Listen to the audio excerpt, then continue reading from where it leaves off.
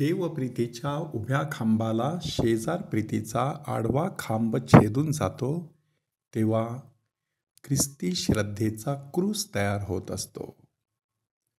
आजच्या शुभवर्तमानामध्ये एका शास्त्राने प्रभू येशू ख्रिस्ताला प्रश्न विचारला की नियमशास्त्रातील सर्वात श्रेष्ठ आज्ञा कोणती? आणि प्रभू येशू ख्रिस्ताने केवळ एक आज्ञेविषयी सांगितलं नाही तर एकूण 3 आज्ञांविषयी सांगितलं.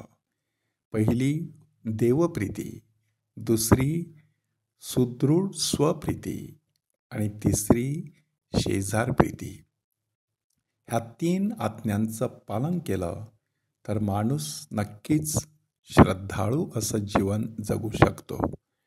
होशेयाचं पुस्तक हे दैवी प्रेमाचा संदेष्टा होशेया ह्याचं पुस्तक आहे असं मानलं जातं. त्या पुस्तकामध्ये परमेश्वर आपल्या लोकांवर एखाद्या पतीसारखं प्रेम करतो आणि म्हणूनच अगदी सुरुवातीपासून पहिल्या 6 अध्यायापर्यंत एखादा पती आपल्या पत्नीवरती कसं प्रेम करतो त्याचं चित्र आपल्याला त्या पुस्तकामध्ये पाहायला मिळतं. त्या पुस्तकाच्या शेवटी दुसऱ्या प्रकारचं प्रेम परमेश्वराने व्यक्त केलेलं आहे की पिता जसा आपल्या पुत्रावर प्रेम करतो तसा इस्रायल लहान मूल असताना मी त्याला इजिप्तमधून माझ्या पुत्राला बोलावले असं परमेश्वर म्हणतो. म्हणजे परमेश्वराने मानव जातीवरती अशा प्रकारचं प्रेम केलेलं आहे.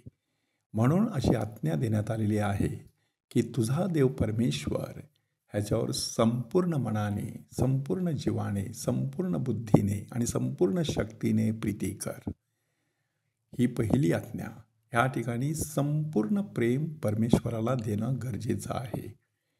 आणि दुसरी आज्ञा जशी स्वतःवर तशी इतरांवर किंवा शेजाऱ्यावर प्रीती कर. म्हणजे सुदृढ स्वप्रीती देखील तितकीच महत्त्वाची आहे.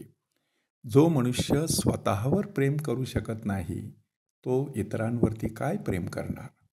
स्वतःवर प्रेम करणं ह्याचा अर्थ स्वार्थ बाळगणं असं नाही, तर स्वतःची काळजी घ्यायची, स्वतःचं नाव खराब होणार नाही ह्याकडे लक्ष द्यायचं, स्वतःची प्रकृती सांभाळायची, स्वतःच्या वेळेचं, पैशाचं, शक्तीचं व्यवस्थित नियमन करायचं आणि त्याद्वारे जीवनाचा चांगला आस्वाद घेण्याचा प्रयत्न करायचा. ही सुदृढ स्वप्रीती एक उदात्त असं व्यक्तिमत्व घडवू शकते, तयार करू शकते.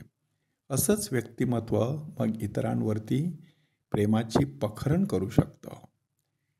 इतरांवरती प्रेम करण्यासाठी सुदृढ स्वप्रीती आणि टोटल लव ऑफ गॉड किंवा पूर्णपणे परमेश्वरावर केलेली प्रीती ह्या दोहोंचा संगम आपल्या ठायी होणं गरजेचं आहे. म्हणूनच देवप्रीतीच्या उभ्या खांबाला शेजार प्रीतीचा आडवा खांब छेदून जाणार असेल तर तो क्रूस सर्वप्रथम आपल्या जीवनात, आपल्या हृदयात, आपल्या विचारसरणीत आणि आपल्या जीवनशैलीमध्ये ठळकपणे आपल्याला उमटविता आला पाहिजे. ह्या प्रायश्चित्त काळामध्ये ते देणगी परमेश्वराकडे मागूया.